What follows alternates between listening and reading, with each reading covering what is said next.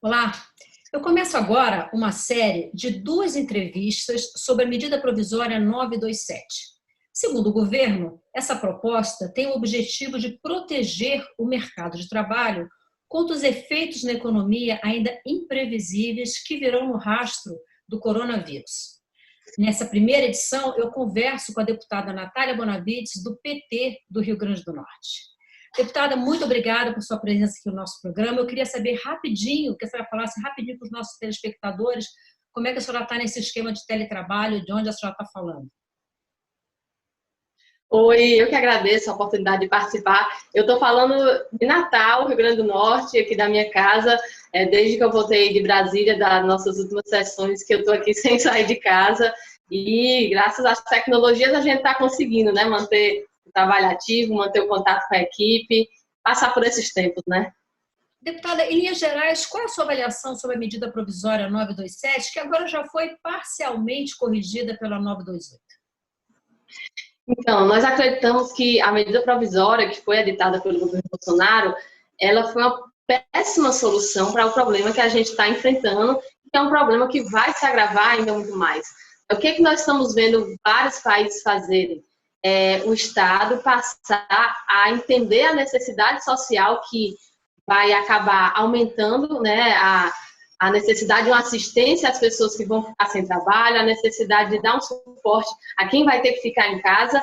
Isso só pode ser resolvido com uma presença muito forte do Estado, para que uma crise social não faça que a crise na saúde se agrave ainda mais. E aqui no Brasil a gente viu que as medidas foram na contramão.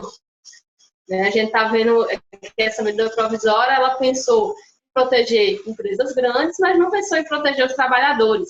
E as medidas que ela trazia foram tão ruins que uma delas, como a senhora mesmo acabou de mencionar, chegou a ser revogada pelo governo. Mas essa revogação daquele artigo que previa que os trabalhadores iam passar 4 meses com contrato suspenso, ou seja, sem receber salário, tirando essa parte da MP, ela não passa a ser boa por isso, porque ela ainda prevê uma série de medidas graves, como, por exemplo, corte de 25% do salário sem que sequer haja redução de carga horária. Então, o que a gente vê? A gente vê que é um MP que fragiliza muito as condições da classe trabalhadora, de quem está precisando agora mais do que nunca ter acesso à renda, ter acesso ao salário, e, por outro lado, não trouxe nenhuma linha sequer sobre o suporte a esses trabalhadores. A gente viu de forma muito crítica e nós somos da opinião, inclusive, que o Congresso deveria devolver essa medida provisória.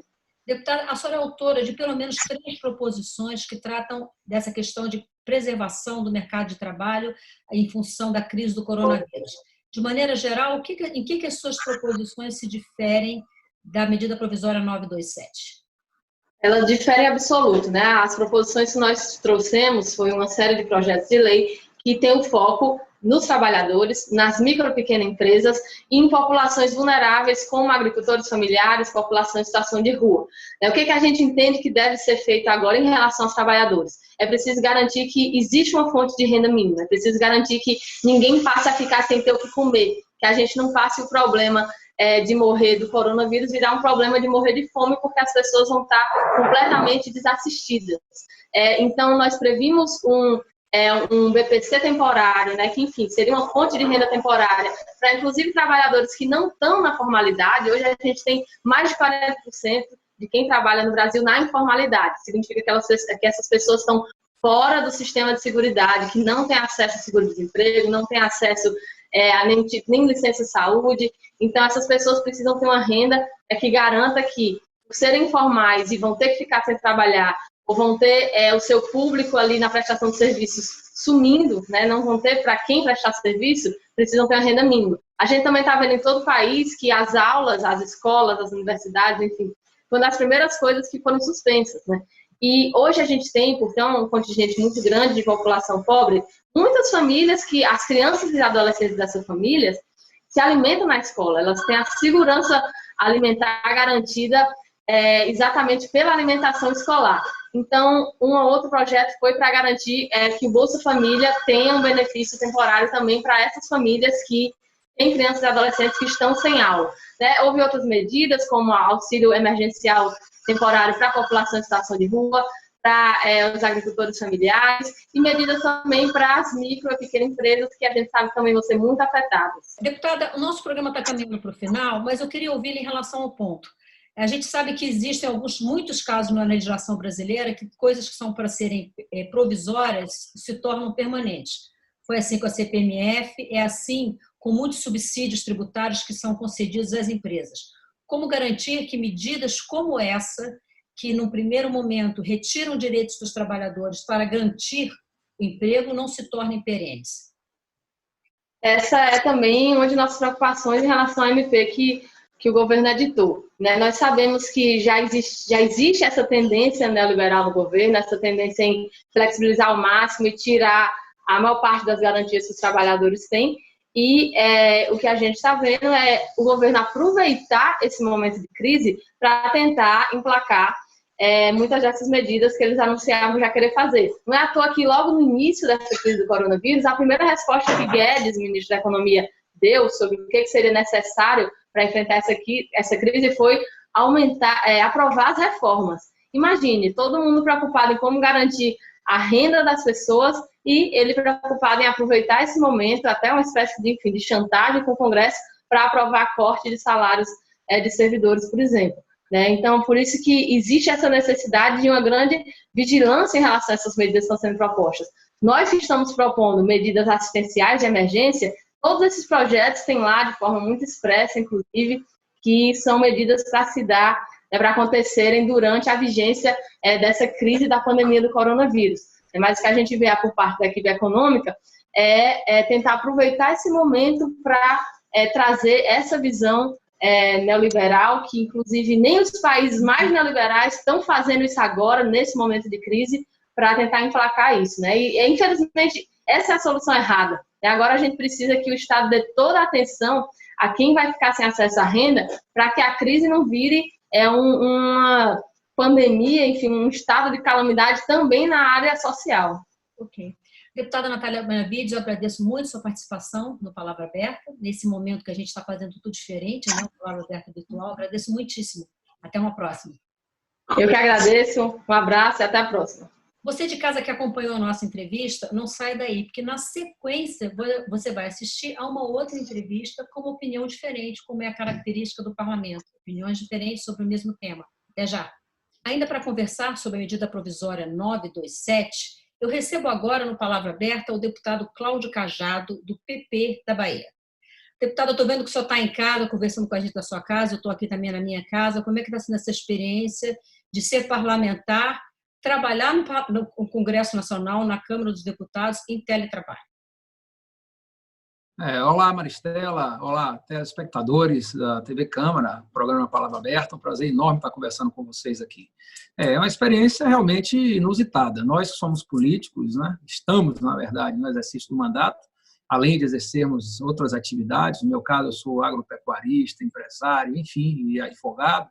Então, eu nunca tive esse tempo que eu estou tendo aqui em casa, com a família, e voltado para determinadas funções que eu nunca pensei em fazer, como esse home office, né? Esse trabalho na nossa residência. Você tem que ter disciplina, tem que ter organização, tem que combinar com os filhos que também estão aqui, né? E eu estou dividindo o tempo entre uma atividade no meu escritório em Salvador, né, que eu vou basicamente com máscara no rosto, com pouquíssimas pessoas, funcionários. Nós mais do que diminuímos para menos da metade de funcionários nessa primeira semana agora. Nas próximas, eu não sei se nós iremos ainda aumentar o número de pessoas que não vão trabalhar. A tendência é realmente praticamente fecharmos o escritório. E aqui, né, nós agora dando muita entrevista, muito via rádios, agora como está mesmo no sistema à distância, né, essas plataformas novas. E tem sido, eu confesso a você, interessante, porque nesse momento que nós passamos por uma gravíssima pandemia, você não pode parar o país, você não pode parar o trabalho. Então, vamos entrar no objeto da nossa conversa. A nossa conversa é a medida 927, e o senhor mencionou que o senhor é empresário, tem um escritório de advocacia, é agropecuarista. Na sua avaliação, não só como parlamentar, mas como empresário, qual é a sua análise sobre a MP 927? Veja, nós achamos que essa medida provisória ela foi bem-vinda, apesar de ter que ser alterada em alguns pontos. Aliás, o próprio presidente, na parte que fala dos 4 meses de afastamento, da suspensão do contrato de trabalho dos funcionários das empresas privadas, ele já revogou, porque não seria natural que o empregador afastasse o funcionário e o funcionário ficasse 4 meses sem poder ter o seu salário. Obviamente que com a paralisação da economia, a maioria dos setores pararam, comércio, serviço, enfim, nós teremos aí um problema grave para as empresas, que não vão ter receita durante um bom tempo. E como é que vão pagar o salário, suas contas, se a própria empresa não está gerando receita? Obviamente que nós temos que encontrar um meio termo. Nessa parte, nós vamos ter que avançar. Como também vamos ter que avançar na discussão em outras medidas que estão sendo tomadas. O que importa dizer é que nós tínhamos 2 estratégias para combater a pandemia do coronavírus. A primeira era do isolamento social, que é adotada pelo Brasil. Essa do isolamento social, você deixa as pessoas em casa, completamente reclusas, só saem em extrema necessidade, fazer compras para supermercados, farmácia, etc. E isso você faz com que a linha do contágio ela tenda a descer rapidamente. Porém, traz uma grave consequência para a economia dos municípios, estados e para o nosso país. A outra estratégia seria adotada pela Holanda, adotada pela Dinamarca e uma parte pelo Reino Unido, que seria a da imunização de rebanho, que significa dizer que as pessoas, através dos protocolos editados pelos governos, ela passa a ter comportamento de acordo com o que é orientado. Quem é idoso, quem tem probabilidade de estar no alto grau de risco, como pessoas que têm câncer, portadoras de diabetes, etc., elas ficam reclusas, em casa, isoladas. Mas quem está são pode trabalhar normalmente adotando um protocolo, por exemplo, usando máscaras, não podendo ficar com menos de 2 metros de distância uma da outra, enfim. Porém, no Brasil, obviamente, pela sua complexidade, adotou-se o isolamento social, fazendo com que o comércio fosse fechado, a paralisação praticamente de muitas indústrias, e isso realmente vai trazer uma consequência dramática. Todos nós estamos antevendo o aumento do desemprego e hoje o que o governo deseja é manter os empregos, ainda que haja uma suspensão do contrato de trabalho. E, para isso, tem que editar medidas. Deputado, além da crítica que houve em relação à suspensão do contrato de trabalho por durante 4 meses sem remuneração, que foi corrigida agora em uma nova medida provisória editada pelo presidente Jair Bolsonaro, existe a crítica também em relação à medida provisória proibir a configuração do contágio como uma doença ocupacional. Isso teria uma série de implicações trabalhistas. E aí a preocupação é porque é sabido, né, e apesar de toda a campanha, de todo sendo feito, que com certeza haverá empresários que vão evitar que os seus empregados, seus trabalhadores, façam o serviço, façam o teletrabalho, fiquem em casa, ou mesmo fechar empresas, como o senhor está colocando.